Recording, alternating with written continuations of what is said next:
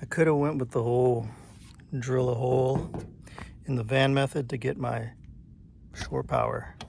Decided to do this instead. All you need are some hinges for like a cabinet door.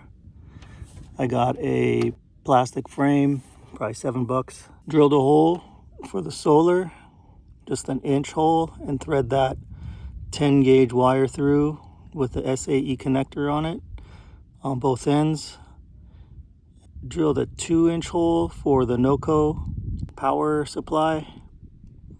Now I have a clean way to have my shore power. On rainy days we use the generator, and it's been about 2 months since I've used the generator, so I have not spent any money on gas. The solar actually is working. And here's the solar. So I used to put these 2 wires through the front window. I'd crack the window, run the wires through, and I'd have to wind the window up and down every night and put these wires through to get power to the battery.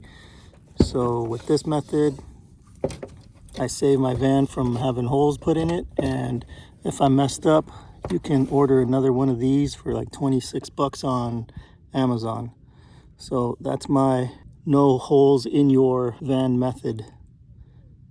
Easy peasy.